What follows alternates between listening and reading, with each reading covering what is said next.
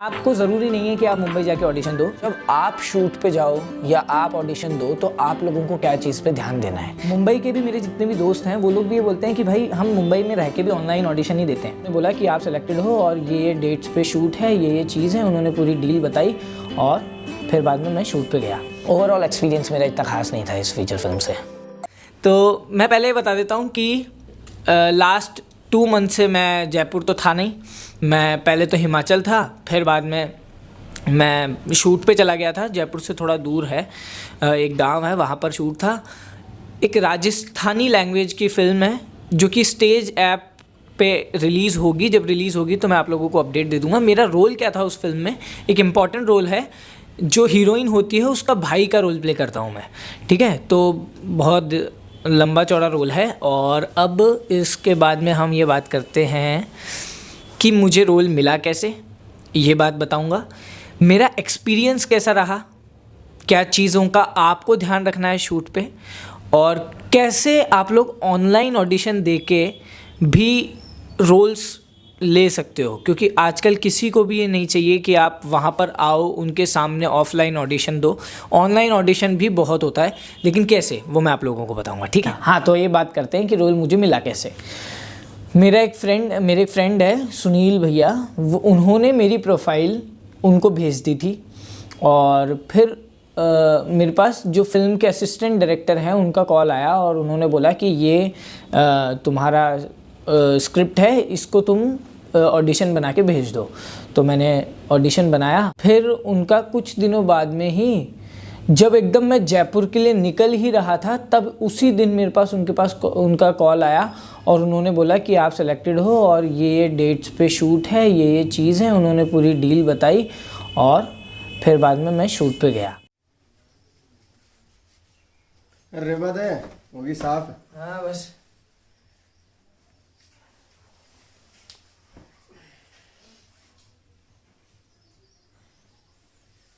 अरे वाह भाई, आर्मी की रहा हूँ। कहीं सोगरा तो दादो कदे कदे पीवा है। हाँ। तो बीबे लेर जा रही हूँ। अच्छा, ये और भी बड़ी है क्या थकन, यही मतलब कदे कोई। हाँ, पड़ी है। एक बार थारी भाभी ने लिया हूँ, हाँ। फिर आप दोनों भाई साथ बैठ जा, ठीक है ना। ठीक। मावड़ी गुम दिख रही है कटा गाँव में गई है। हाँ, गाँव गई है वो बुआरो काटवा। अब ये थारी ड्यूटी है, भी है, विकी भी ड्यूटी है। हालता ही को बुहारो काटेगी बा। हाँ, अब काम है तो काम तो करना ही पड़सी ने। अब गाँव वाला रोटी साग देते हुए गुजारो चल जाए, अभी में क्या गलत है। चलो कोई नहीं। अरे का तू भी कोई काम धंधो देख लेने यार। काल ना थारा ब्याह की बात चाल सी, फिर मैं कहीं बता शावन देख ले से हो जैसी कुछ बात जैसी। अरे सुने, तू परचूनी की दुकान खोल लेने, 10-15 दिन में ठाए उड़ू, बढ़िया जमा देशु तारी दुकान। परचूनी की दुकान और मैं कहीं दिक्कत है। अरे तो जानो को नहीं क्या पकू ना, कोई गाँव वालों बगल से भी निकल जावे ना तो पहले कह जान ना हो कौन अपना हाथ से लून मिर्ची लेसी। तो छोड़ो, इतना कोई बात को नहीं है अभी हो जैसी। चल ठीक है, फिर चिंता मत करो तू। एक बार मैं थारी भाभी ने लिया हूँ, फिर थारा धंधा के बारे में सोचिया। हाँ, तो आप लोगों ने अभी ऑडिशन देखा। अब मुझे क्या लगता है क्यों मुझे सेलेक्ट किया, क्योंकि मुझे ऑडिशन खास लगा नहीं था। तो लेकिन मैंने जब उन लोगों से पूछा तो उन्होंने बोला कि मेरा जो लुक है वो बहुत ज़्यादा उन लोगों को पसंद आया था इस ऑडिशन में। बट उनको ऑडिशन भी पसंद आया, मुझे तक खास नहीं लगा था।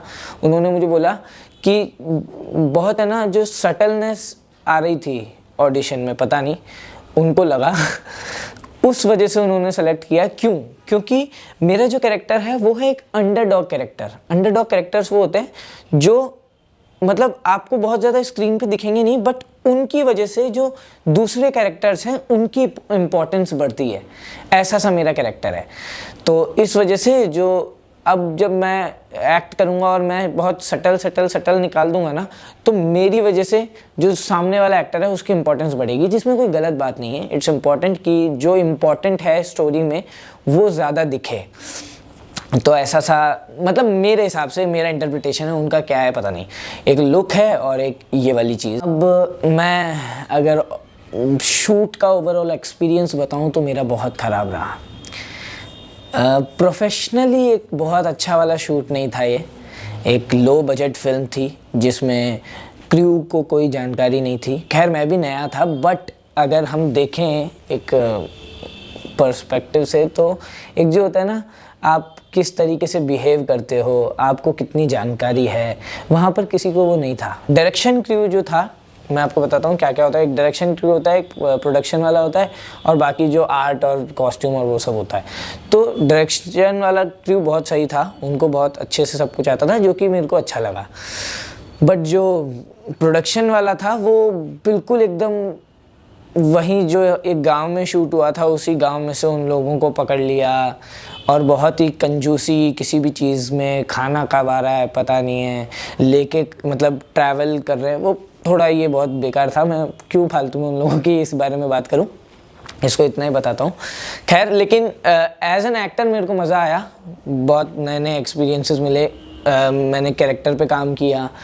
और एक और चीज़ जो मुझे बुरी लगी कि ऐसा मतलब एक थिएटर में जो वो होता है ना कि आप एक प्रोजेक्ट पे काम कर रहे हो और सब लोग इन्वॉल्व्ड है, ऐसा फिल्म्स में भी होता है, बट इस फिल्म में ऐसा नहीं था।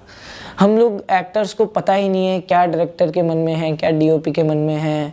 हम लोग को ऑन सेट रिहर्सल कर रहे हैं, मतलब रिहर्सल पहले से हो जाती है, पहले से हम पहले डिसाइड किया ही नहीं है कुछ। तो ये सब चीज़ें थोड़ी सी मज़ेदार नहीं थी, बट फिर भी इसका भी एक अपना एक्सपीरियंस है, इससे भी कुछ और नया निकल के आता है, तो वो चीज़ हुई।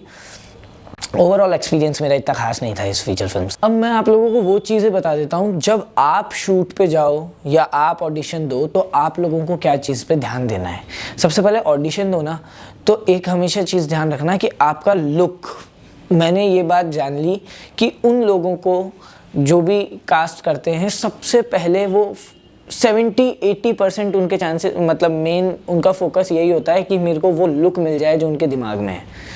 तो अगर आपका लुक नहीं बैठ रहा है ना, तो कोई मतलब नहीं है। इस वजह से जब आप अपनी फ़ोटोज़ भेजो तो आपका एकदम न्यूट्रल लुक में फ़ोटो भेजो जो एकदम ना तो कुछ चश्मा, ना तो हीरो बन रखे हो, जो आप हो रियल एकदम। वो नॉर्मल बाल मेरे तो बिल्कुल नहीं है खैर, बट फिर भी नॉर्मल बाल, नॉर्मल एकदम प्रोफाइल, वो लुक भेजो। और अगर मान लो आपको पता लगता है कि हाँ ये इस टाइप का कैरेक्टर है, इसमें इन लोगों को इस तरीके का लुक चाहिए होगा, तो वो ऑडिशन उस लुक में बनाओ और वो लुक ही उनको, उस लुक की ही फ़ोटो भेजो। एक होता है कि आप थोड़ा बहुत ऑडिशन को पढ़ के समझ लो कि क्या मतलब इनको चाहिए। जैसे कभी कभी होता है कि बहुत सटल चाहिए होता है, कभी कभी होता है कि उन लोग को बहुत थोड़ा मतलब सटल से ऊपर चाहिए होता है। मतलब ये चीज़ ज़रूर से समझ लो। ये चीज़ आप चाहे कास्टिंग डायरेक्टर को कॉल करके पूछ लो, उससे बहुत सारी जानकारी ले लो कि क्या क्या चीज़ उनका, किस तरीके का प्रोजेक्ट है, क्या सोच रहे हैं वो लोग। ये जब आपको पता होगा ना, तो आप उस हिसाब से एक्टिंग करोगे। क्योंकि एक्टिंग ऐसा नहीं है कि हमेशा सिर्फ नेचुरली करनी है, हमेशा बहुत सटल करनी है, नहीं, ऐसा नहीं होता है। आपको उस हिसाब से एक्टिंग करनी पड़ेगी जिस हिसाब की वो फिल्म है, वो जॉनरा क्या है उसके हिसाब से। एक और चीज़ जो बहुत ज़्यादा ज़रूरी है ऑन शूट, ये एक्टिंग से हटके है, बट ये बहुत बहुत बहुत ज़्यादा ज़रूरी है, आपकी कम्युनिकेशन स्किल्स, आपका बिहेवियर, आपका एटीट्यूड, आप किस तरीके से लोगों से मिल रहे हो, आपका फर्स्ट इंप्रेशन, ये बहुत ज़रूरी है। काफ़ी सारे लोगों को एक कन्फ्यूजन है कि क्या ऑनलाइन ऑडिशन देके भी हम सेलेक्ट हो सकते हैं क्या? हाँ, मुंबई के भी मेरे जितने भी दोस्त हैं वो लोग भी ये बोलते हैं कि भाई हम मुंबई में रह के भी ऑनलाइन ऑडिशन ही देते हैं। तो आप कहीं पे भी हो इंडिया में, आप ऑनलाइन ऑडिशन दे के भेज दो और उनको अगर पसंद आएगा तो वो आपको पक्का से बुलाएंगे। लेकिन कभी कभी ऐसा होता है कि मुंबई बेस्ड एक्टर्स ओनली लिखा हुआ होता है, तो उसमें आप क्या करोगे? तो क्या करो, भेज दो उनको, प्रोफाइल भेज दो, ऑडिशन बना के भेज दो। फिर अगर मान लो सेलेक्ट होते हो आप और वो बोलते हैं कि 5 दिन बाद आपका शूट है या इतने दिन बाद आपका शूट है, तो आप मुंबई तब चले जाओ, अपने दोस्त के पास रह लो या किसी के पास रह लो, आपके कोई रिलेटिव है तो जितना भी दिन का शूट है वो करके वापस आ जाओ। ऐसा भी कर सकते हो, लेकिन आपको ज़रूरी नहीं है कि आप मुंबई जाके ऑडिशन दो। लेकिन अगर आप मुंबई जाते हो तो बहुत सारी पॉसिबिलिटीज़ आपके पास आ जाती है कि हाँ यार, हम अब हमारे को बहुत सारे लोग जानते हैं, आप वहाँ पर प्लेस कर सकते हो, लोगों से मिल सकते हो, ये भी है। बट ऐसा नहीं है कि आप ऑनलाइन ऑडिशन से सेलेक्ट नहीं हो सकते, मैं अभी सेलेक्ट हुआ हूँ। अब आप लोगों को अगर जो भी जानकारी चाहिए वो आप कमेंट में डाल दो कि इस टॉपिक पे वीडियो बना दो, इस टॉपिक पे वीडियो बना दो, मैं वो वीडियो बना दूंगा।